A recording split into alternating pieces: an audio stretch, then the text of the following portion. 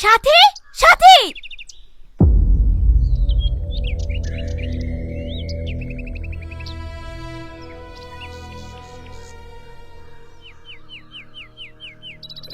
হ্যাঁ বড় মা বলেন। এত বেলা হয়ে গেছে, তোর বড় আব্বাকে এখনো খাবারটা দিয়ে আসিস নি? থাল কোটা মেজেই খাবারটা দিয়ে আসছি বড় মা। সেই সকাল থেকে এখনো থালগুলোই মাজা হয়নি, কি করছিলে এতক্ষণ? আমি সকাল থেকে বসে আছি নাকি? ঘুম থেকে উঠে ঝাড় দিলাম, আপনাকে রান্না করার জন্য পানি এনে দিলাম, সবজি কুটি দিলাম, সব কাজই তো করেছি। কত কাজ করিস সে তো আমার ভালোই জানা আছে। একটু ঘুম করলে এটা করলাম ওটা করলাম, বাড়ির সব কাজ যেন একাই করি। বাপ মা তো মরে গিয়ে শান্তি পেয়ে গেছে। যত জ্বালা হয়েছে আমাদের, 3 বেলা ঠেসে ঠেসে খাবে, আর একটু হুকুম করলে মুখে মুখে কথা। কি হলো এখনো দাঁড়িয়ে থাকলি যে? যা থালটা বেজে খাবারটা দেয় গা। হ্যাঁ বড় মা, যাচ্ছি।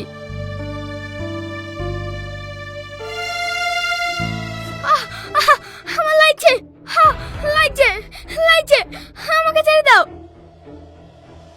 কি হয়েছে রাকেশ? কি আবার হবে? ওই আমাদের কাছে কুল পাড়তে গিয়ে আমার গাড়ির কাজটা ঢাল মেরে ভেঙে দিয়েছে। 600 টাকা দাম কাজটা। 600 টাকা? হ্যাঁ, হয় আমার গাড়িটা সেরে দেন, আর নাইলে 600 টাকা দিয়ে দেন। না না, আমি অত টাকা দিতে পারবো না। আমি ওসব কিছু জানি নি। আপনাদের বাড়ির ছেলে ভেঙেছে, আপনাদেরকে টাকা দিতে হবে। আর যদি না দেন, আমি আজকেই থানায় আপনাদের নামে কি মামলা করব। না না বাপ, ওইসব কিছু করতে হবে না। তুমি দাঁড়াও, আমি টাকা এনে দিছি।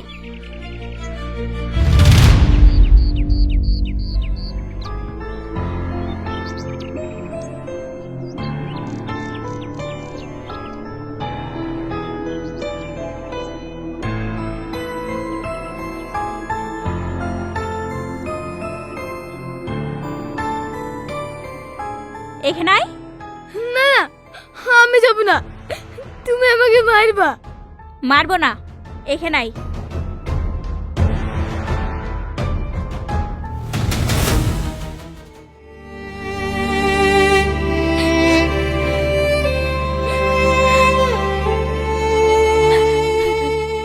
তোর কি দরকার ছিল লোকের কাছে ডাল মারার? কুলকে তো মন গেছিল আমাকে বলতে, আমি লেজে দিত কুল। আমি ডাল মেরেছি নাকি? তাহলে কে ডাল মেরেছে? রমজান। তখন বললি না তুই ঢাল মারিস নি?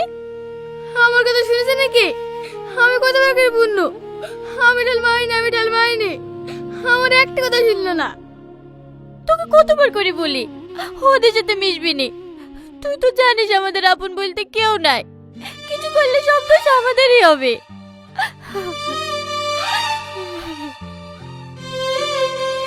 তুমি কাঁদো না বাবু, আমি আর জীবনে কুল পাইতে যাবো না।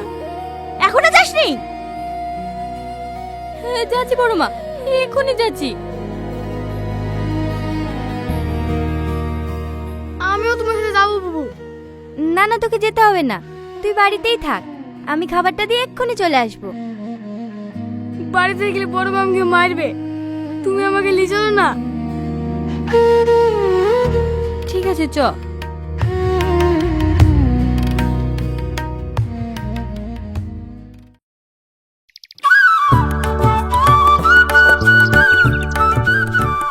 বড় আব্বু, খাবার নিয়ে চলে এসছি। খাবার নিয়ে আসার আবার কি দরকার? একটু পরেই তো বাড়ি চলে যাবো। হ্যাঁ, এত বেলা হয়ে গেছে, তুমি না খেয়ে থাকবা? তাই তোমার জন্য বড়মা খাবার পাঠিয়ে দিয়েছে। লাও, মুখ হাত পা ধুয়ে আগে খেয়ে লাও।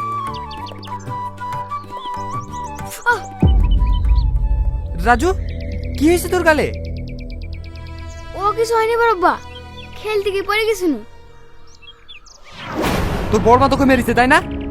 না না, বড়মা আমাকে মারবে কেনে?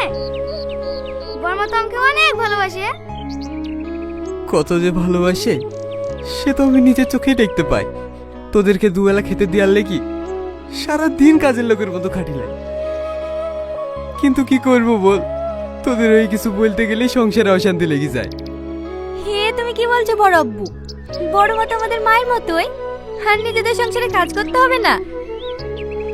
সত্যি রে মা, তোর উপর এত অত্যাচার করার পরেও তুই তোর বড় মাকে নিজের মায়ের মতো ভালোবাসিস। ও সব কথা বাদ দাও, তুমি আগে খেয়ে নাও তো। ঠিক আছে মা, তোরা বাড়ি যা, আমি কাজটা সেরে আসছি।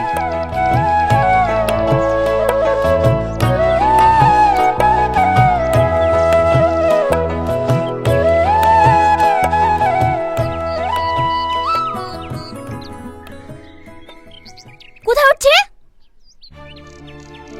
সকাল থেকে কিছু খায়নি তো, খুব খিদে লেগেছে বড় মা। সারাদিন খায় আর খায়। ঘরে একটা বাজার নাই, টেবিলের উপর 200 টাকা আছে, যাকে বাজারটা করলে আয়। খেয়ে বাজারে গেলে হইতো না বড় মা? তো তাহলে কি সারাদিন বাজার খোলা থাকবে নাকি? জায়গা বাজারটা করলে আয়, তারপর খাবি। ঠিক আছে বড় মা।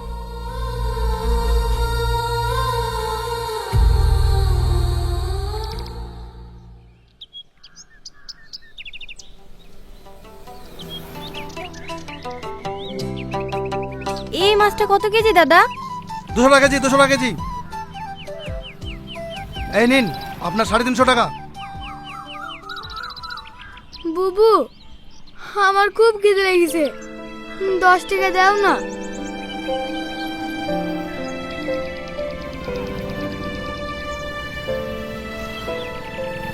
কতটুকু মাছ দেবো তোমাকে?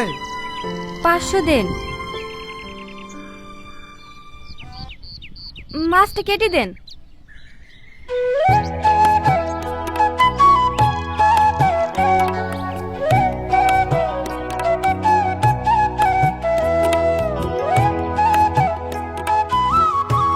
একশো টাকা।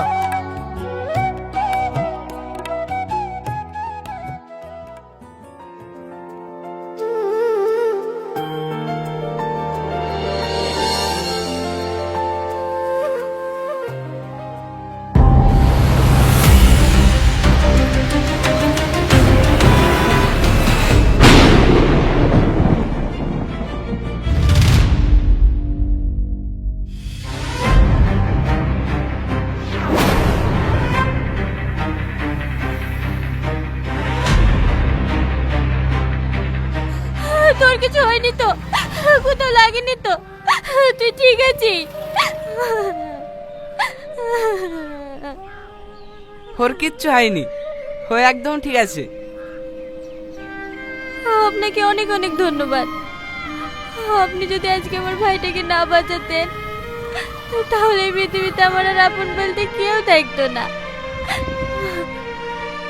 ধন্যবাদ দেওয়ার কি আছে, এটা তো মানুষের কর্তব্য। চোরাজু। আপনাদের বাড়ি কোথায়? পশ্চিম পাড়ায়। আমিও ওই দিক দিয়ে যাব, চলুন আপনাদেরকে নামিয়ে দিচ্ছি। না না, আমরা হেঁটে চলে যেতে পারবো। বুবু, চলো না আমরা গাড়িতে যাই। আসুন।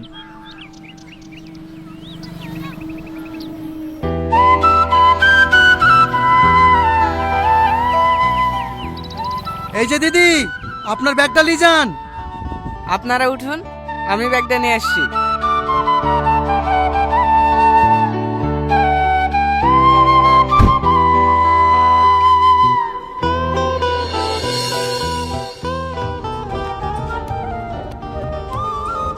বাবা, গাড়িটা অনেক সুন্দর, তাই না? তোমার ভালো লাগছে? অনেক ভালো লাগছে। আমি বড় হয়ে এরকম একটা গাড়ি কিনে বুবু আর আমি সারা গ্রাম ঘুরে বেড়াবো। তোমার আব্বু মাকে নেবা না? আমাদের আব্বু মা কেউ নাই। সরি। তোমরা তাহলে কোথায় থাকো? আব্বা মা মরে যাওয়ার পর থেকে আমরা বড় আব্বার কাছে থাকি।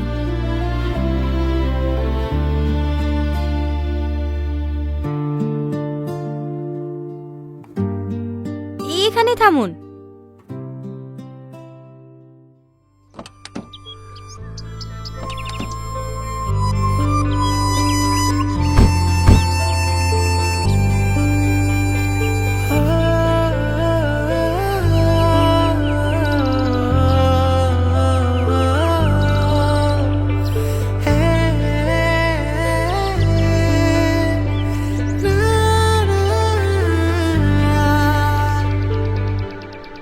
আরে আরে, ওটাকে উঠাও, আমি একা সব মাছ খাবো নাকি? ওরা মাছ খাবে না। খাবে না? রাজু, তুই মাছ খাবি নি?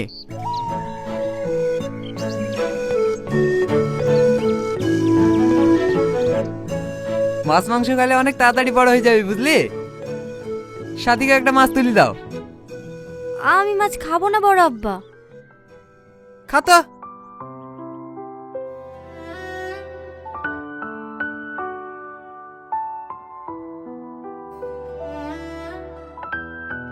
তুমি আজকে রাজুকে মেরেছো কেন?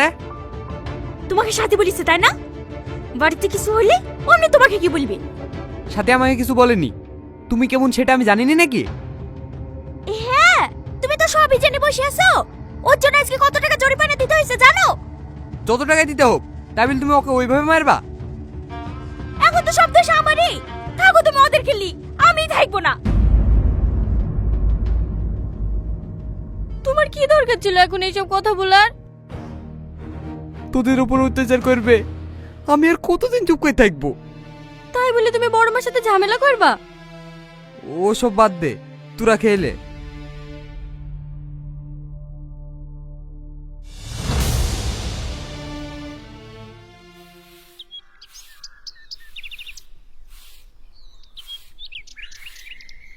ভালো আছেন খালাম্মা? হ্যাঁ মধু, ভালো আছি। তুমি ভালো আছো? হ্যাঁ খালাম্মা, ভালো আছি। সামনে তো ঈদ, তাই ভাবে আপনাদের জন্য বাজার করে পাঠিয়ে দিয়েছে। ও, বুড়ি আর জামাই আসলো না কেন? জানেনই তো এই সময় দোকানে কত চাপ হয়, তাই ভাই আমাকে দিয়ে পাঠালো। খুব ভালো করেছে তোমাকে পাঠিয়ে। তুমি তো আমাদের বাড়ি আগে কখনো আসোনি। চলো বাবু, ঘরে উঠে বসো।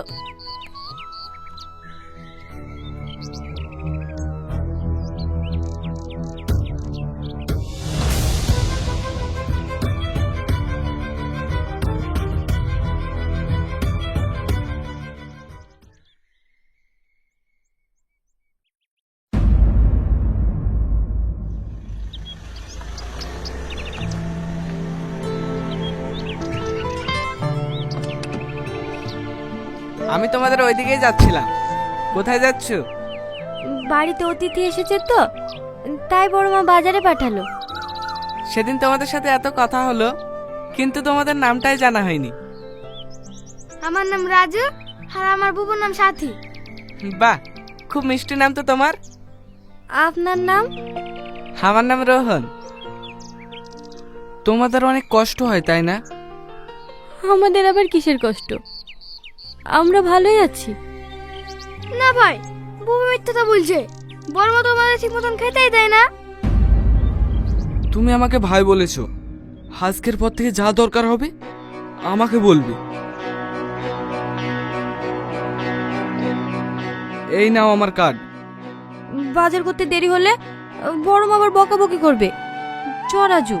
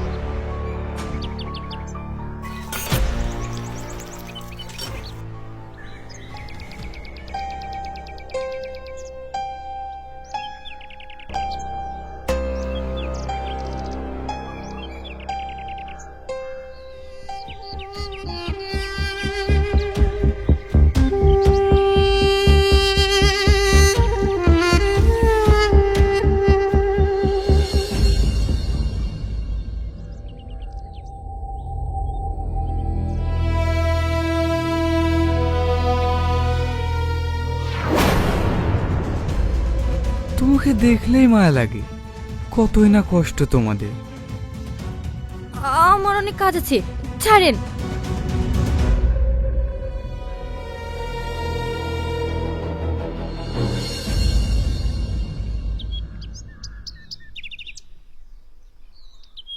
বুবু আজ স্কুল না গেলে হয় না? রোজ রোজ স্কুল কামাই করলে মাস্টার মশাই খুব বকা দেবে। তোমাকে থুয়ে যেতে মন চাইছে না। আমি স্কুলে গেলে বাড়ির কাজ কে করবে? তো ভালো হলো তো এখানে আছি। কেন বর্মা, কি হয়েছে? দুদিন পরে আজিজের সাথে তোর বিয়ে। কিছু কেনা থাকলে কিনে নিলিস। আমার বিয়ে? হ্যাঁ তোকে। বড় মা, আজিজ খুব একটা ভালো ছেলে না। চুপ কর, তোর সাথে মতামত জানতে চাইছি নাকি? আজিজের সঙ্গে তোর বিয়ে হবে।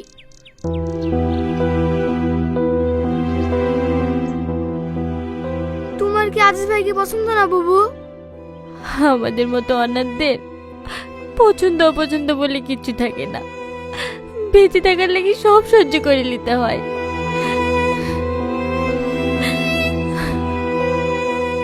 চলো বুবু, বড় আব্বুকে কি বলি? চলো না বুবু।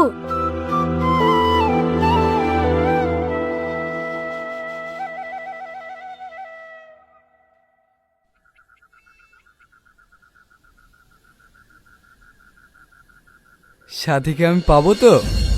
আগে ওর সম্পত্তি আমি পাবো, তারপর তুমি সাথীকে পাবে।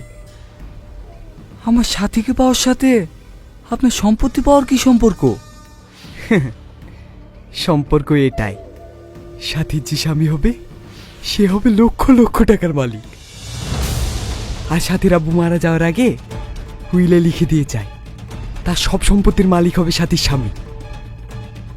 তুমি সাথীর স্বামী হওয়ার আগেই সব সম্পত্তি আমার নামে লিখে দিলে। ভালো মানুষের মুখোশ পরে থাকতে ভালোই পারেন দেখছি। আজ এত বছর যে সম্পত্তি পাওয়ার এসে আমি অপেক্ষা করছি, আর মাত্র কিছুদিন, তারপরে সব সম্পত্তি আমার।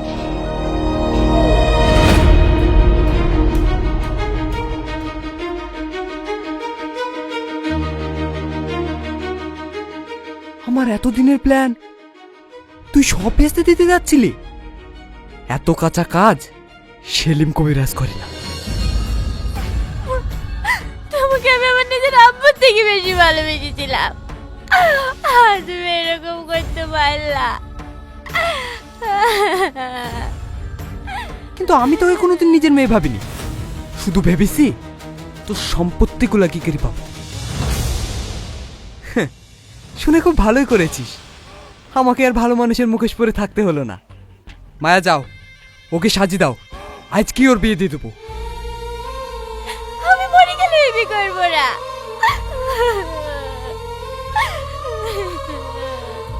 বি করবি নি?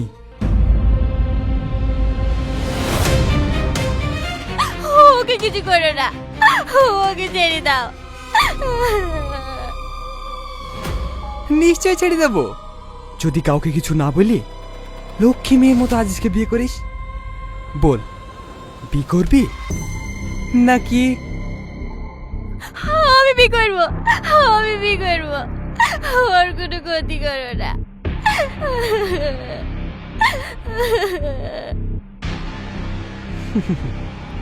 মায়া, বিয়ের কোণেটা সাজিয়ে দাও। যদি বিয়ের সময় কেউ কিছু জানতে পারে তাহলে কিন্তু রাজু।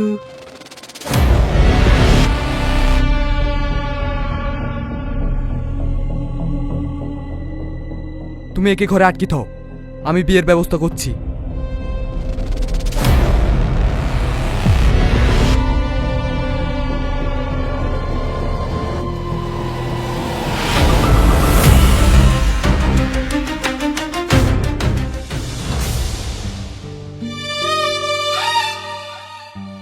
ওদের দুজনকে অনেক সুন্দর মানিয়েছে, তাই না? বলো মা, কবুল। কবুল বল, নালে কিন্তু রাজু।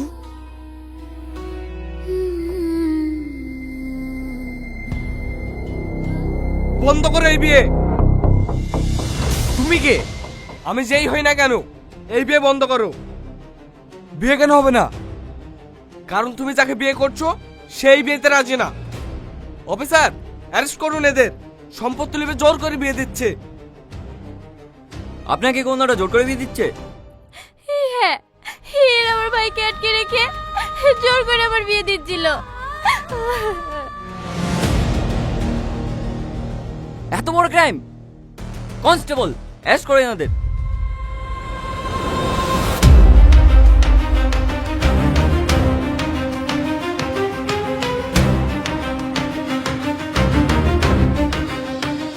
বিয়ের আগেই মেয়েটার বিয়ে ভেঙে গেল, এমনিতেই অনাথ, একে আবার কে বিয়ে করবে? চুপ করো তুমি। আমি ওকে বিয়ে করব।